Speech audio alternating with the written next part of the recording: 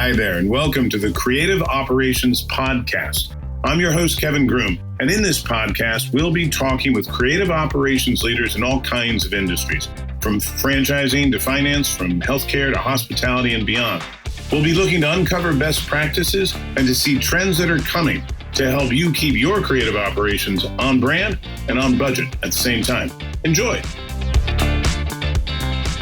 Hey, welcome everybody to this episode of the Creative Operations 2.0 podcast. We are super excited today to have with us Casey Hurbis. He is the CMO of Rocket Central, a legend in his own time. We first had a chance to hear from Casey at the IHAF conference, where we learned a little bit about his experience and his team's experience at Rocket Central with the Super Bowl. So we are just super pleased to have you with us, Casey. Thanks for joining us today. Hey, Kevin, thanks for having me, and it's great to see you again. Absolutely. So let's start, and this may go without saying for a lot of our audience, but give us a little bit of a background on the operation that you run at Rocket Central and the brands, the associated brands that you guys own. Yeah, and so thank you. Rocket Central is a centralized services company within the Rocket Companies portfolio, which is a publicly traded company. A lot of people may know us from our consumer-facing brand of Rocket Mortgage. So within the Rocket Companies, we have 100 plus companies within our portfolio, and 85 of them are investments via our chairman, Dan Gilbert, who started the company 37 years ago. And about 14 of them are in the fintech space. Rocket Mortgage, Rocket Loans, Rocket Solar, Rocket Auto, Rocket Money, our talent, there's others, also our employer brand. And here at Rocket Central or Rocket Mortgage, we have an in-house agency that services those 14 brands, as I mentioned, in the fintech space, the most prominent of which is Rocket Mortgage. And, we have 300 team members that, we do everything from Super Bowl to t-shirts and everything in between for these 14, fintech brands here at Rocket Central.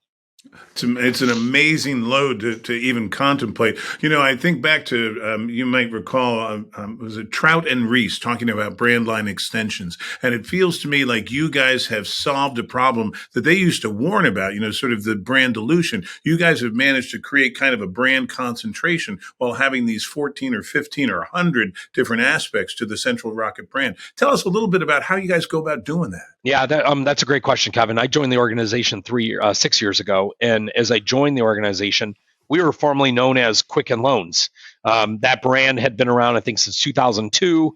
In 2016, we launched Rocket Mortgage, which was the online, the ability for clients to, from all the way from originate, loan application origination of their mortgage. And so, as I joined the organization 6 years ago, we had to look at the organization as a whole, particularly on our fintech space, and understand, how do we want to organize our brands, organize the brands from a naming, look and feel, tone, voice, and obviously the architecture that comes along with it. So over the course of 6 years, we started to sundown the Quicken Loans name, the Quicken Loans brand, and even company. So now we're Rocket Mortgage.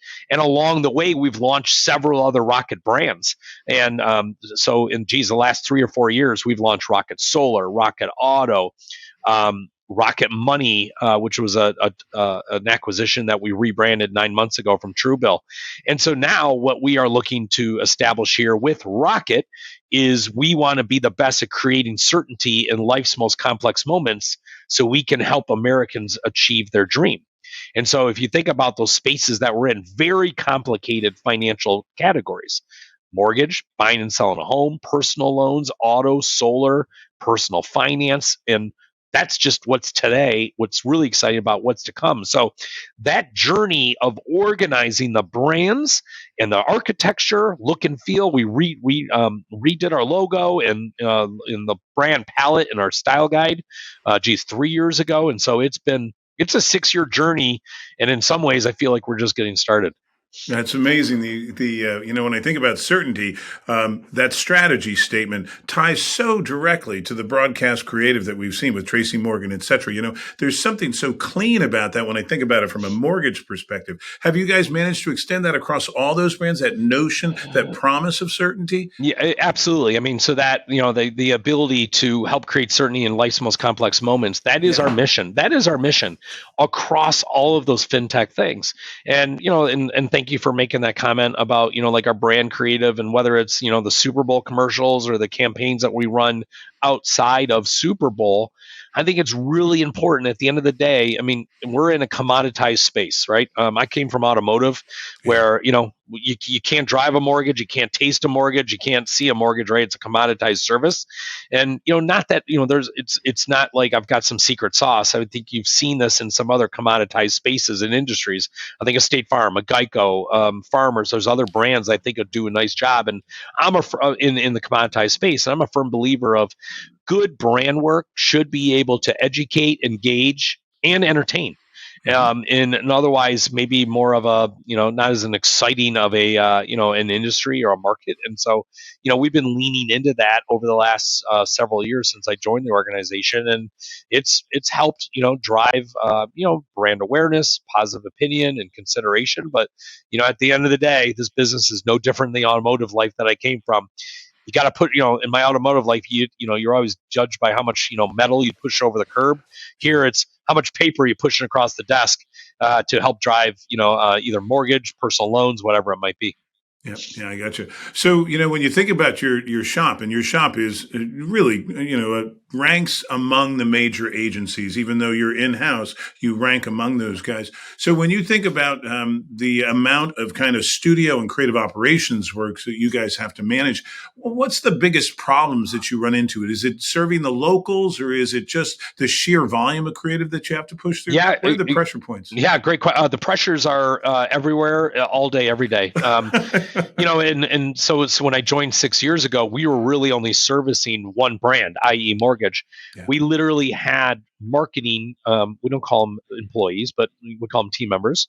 We had marketing team members sitting in these different fintech companies, and they might have been tapping into us for certain services, but we started to ask the question, like, wait, why wouldn't we start to, create the center of excellence and create this hub, if you will, that can service all of these fintech brands, some that were existing and some that we've launched. And so we've really gone from 1 to 14 brands in the last 6 years. Along with that, the team's gone from 110 to 300 plus. And quite honestly, until 3 years ago, I didn't have an operations team. I didn't, whether it, in our operations team here, we'll call it agency operations, people, process, technology. It was very bespoke, and it wasn't, and now, all right, I've got an operations team. So they're thinking about people, process, technology, our ad tech, and our tech, our tech, the ad tech that we use. And then also have an operations team on creative. I mean, there's sheer volume that we do here. As I think I mentioned earlier, we'll produce upwards of 25,000 assets on an annualized basis, 1,400 videos across those 14 brands, right? And so challenges, the challenges like any other marketer, in today's world is how do you do more with maybe the same or less Mhm. and be faster? And oh, by the way, it better be effective and efficient, right? And so it's that Pandora's box of, working to ensure you're doing good quality work, but it's also delivering on whatever goals, KPIs that you set forth. And so whether that's prioritization, understanding what the tech stack is, and, in really prioritization, the tech stack, and sometimes also letting the machines do what machines do best and being comfortable with that, whether it's the AI world, the tech stacks that we use, project management, whatever it might be.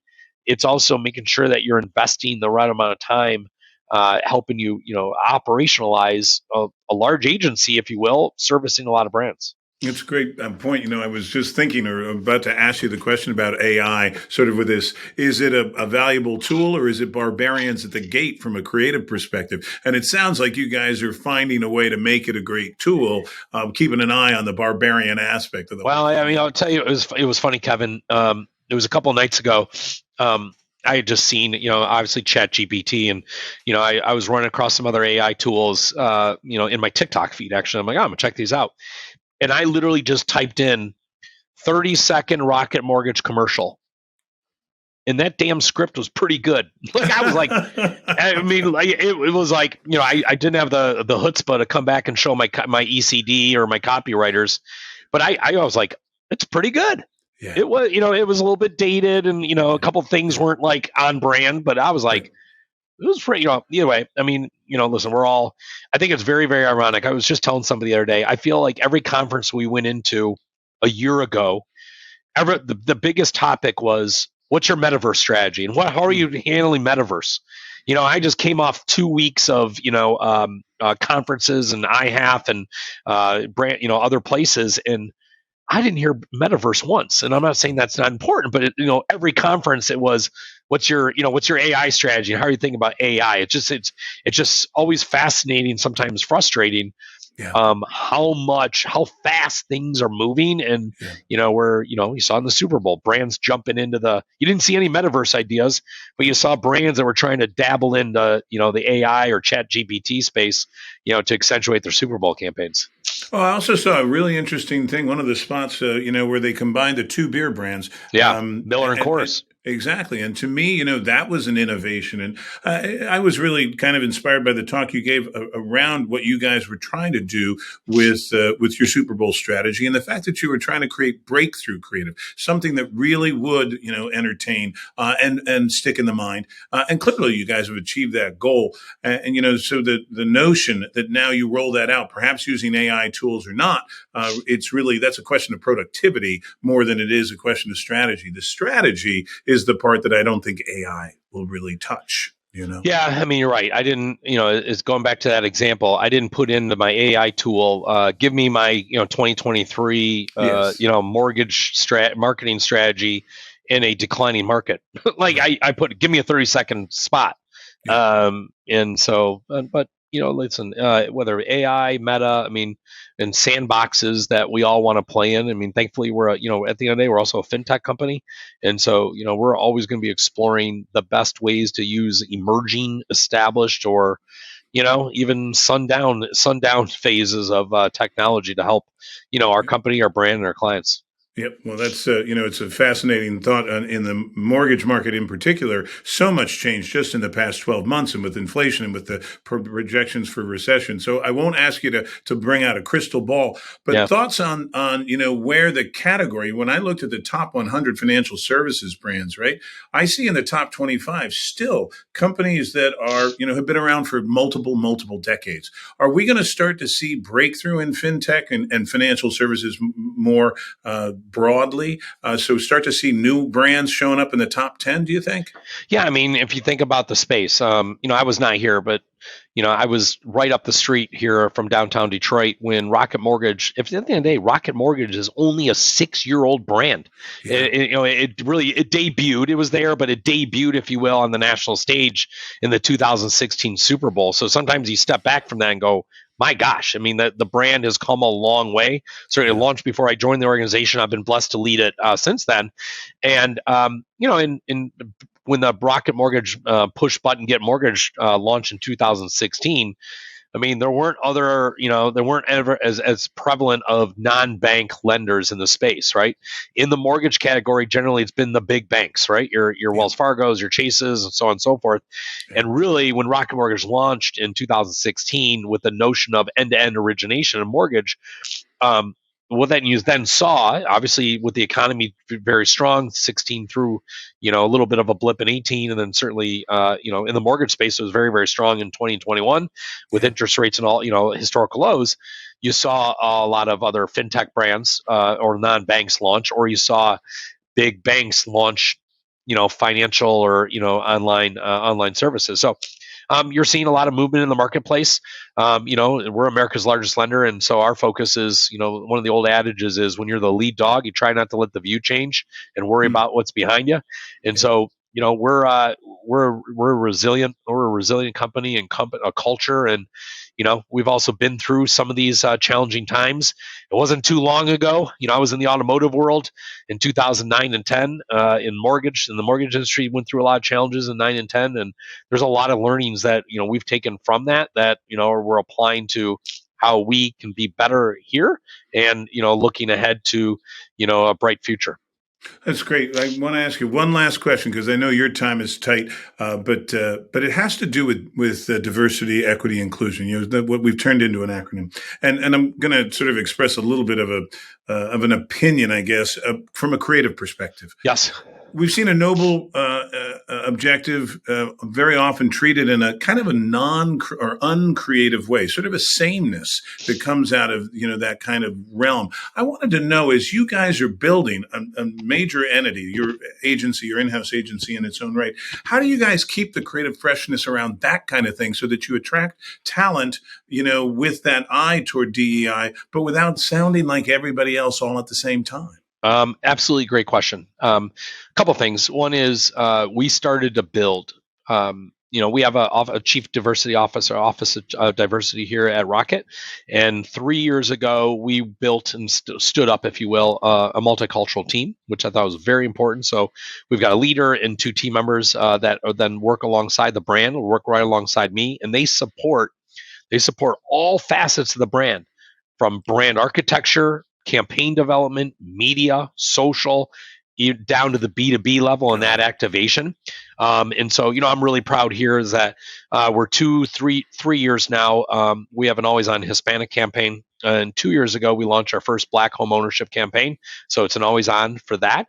And that's been a lot of learnings, quite frankly, Kevin, is as we looked at standing up the team, but also those campaigns, we also had to reflect upon ourselves in the mirror, and we did not have the proper, we'll call, resources or expertise in that space. And so when it makes sense, we'll reach out to agencies that can help us in particular areas where we have opportunities. And so we were blessed enough to have agency partners come in and help us stand up those campaigns, supporting multicultural audiences.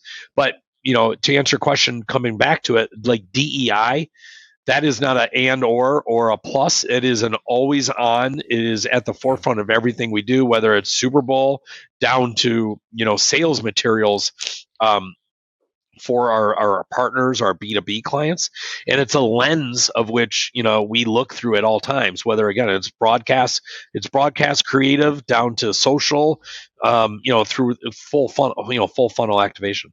That's awesome. So, when I think about it, it's not layered on top of, it's shot through the entire organization. Absolutely. It seems to me like that's how you get freshness and originality to come out, as opposed to correctness, freshness, which to me has been the thing that's been challenged. Last question, super last question. You got it. Had to do with talent. So, Yeah. Here we are in 2023, folks born in this century are now entering the workforce. And when you think about them creatively, here was my question. We know what they bring with them, this digital native kind of perspective.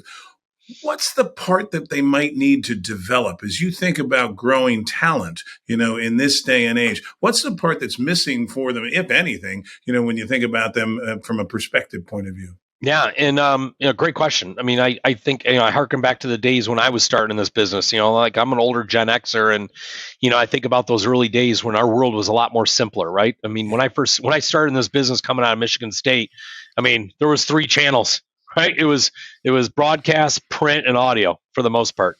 And very early on, like I was a hand raiser of when it came to digital and social. Like I was like, well, and how do I, as growing up in this business, yes, I know those channels, but as the world continues to evolve, how can I start to embrace those? And what's really interesting is when you watch the younger talent enter the workforce, you always have to step back and remind yourself that he, she, or they've known nothing different. Like for you and I, that might be early or a mid or a late adopter, but we've made it our own. I always say, like, my father's 82 years old. 10 years ago, he couldn't spell PC. And now you go to my dad's house, he's a retired firefighter, and he's sitting in his lazy boy with his, watching his YouTube TV with his iPhone next to him, and his answer to life, to everything in life is just Google it, right? But when you see the younger people come up, a couple of things. One is I love the creative ideation. There's a lot of times where it just happened shorter time ago. You and I were talking off camera, where I'm reviewing stuff and teams are presenting it to me. I may not get it. and it doesn't resonate with me. But that's okay. Like I always say, like if I understand a TikTok idea, it's probably not the right thing. And I'm using that as an example. I'm being a little tongue in cheek.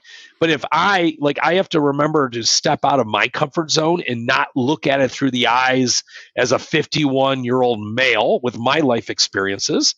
When teams bring me ideas that are contextual to either a media platform or a concept or what have you, it comes with talent too. Like teams will bring me talent, maybe to utilize in commercials, or here's an influencer. I have to step out of my comfort zone and look at it through his, her, or their eyes, and think about that audience. So what do they, so they bring that to the table, but a lot of things that I spend time on with younger people that come in this business, a lot of presentation skills, understanding how to utilize the data to help make informed decisions, the creative process in production, particularly as you're shooting DVC. Like, sometimes people are like, oh, let's shoot with an iPhone, which, okay, there are great places to shoot with an iPhone, but is that the quality we want for, running on NFL or whatever it might be? And so a lot of times younger people come into the business, it's also teaching them or making them shadow whatever it might be, more of the traditional channels and the ways of doing business, but, utilizing their energy, creativity to apply newer learnings to that process. Yep, I got you. It was interesting. The last time I read a really well-written brief, it was quite some time ago. We spent more time in the production, but the art of the creative brief is something I think it's always good to transfer that along. Well, hey, listen, we've reached the bottom of the hour, and I want to make good use of your time. So let me say thank you for joining us. We'd love to have you come back and talk with us, and we'll find out from you then which of those Super Bowl commercials stood up, and stood the test of time this year. I thought it was a pretty good crop. So thank you very much, and everybody, we'll see you on the next episode of Creative Operations 2.0. See you soon.